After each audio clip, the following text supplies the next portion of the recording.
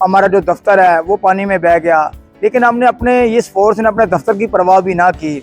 लेकिन हमें सबसे पहले ये था कि कोई जान ज़ाया ना हो जाए।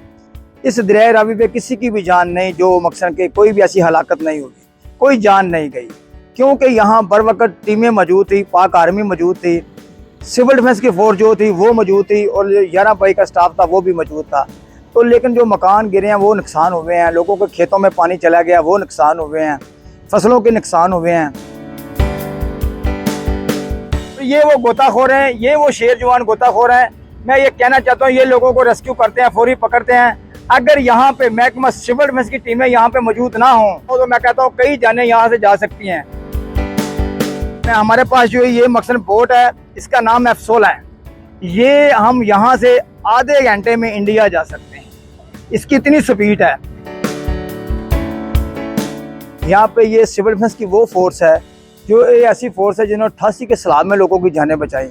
हमने जाके लोगों को दरख्तों से उतारा, लोगों को गाँव से मकसद रेस्क्यू हम लोगों ने किया। काफ़ी लोगों को यहाँ पे रेस्क्यू करते हैं हम लोग। अगर महकमा सिविल डिफेंस का यहाँ पे ये दायरा ना हो तो मैं कहता हूँ आए दिन यहाँ बहुत ज़्यादा हादसे हो सकते हैं। लेकिन हम पेट्रोलिंग भी करते हैं, पानी के अंदर पेट्रोलिंग करते हैं। जो मकसद के बिल्कुल नज़दीक दरिया के जो पुल हैं, इन पुलों के नज़दीक बिल्कुल महकमा सिविल डिफेंस जो है ये गोताखोर बैठे रहते हैं कि किसी टाइम भी कोई हादसा ना हो जाए। ये सिर्फ 14 गोताखोर हैं, 14 गोताखोर पूरे लाहौर में हैं, जिनको हमारी पंजाब पुलिस इस्तेमाल करती है, बाहर के इलाके इस्तेमाल करते हैं, क्योंकि और कोई गोताखोर नहीं है।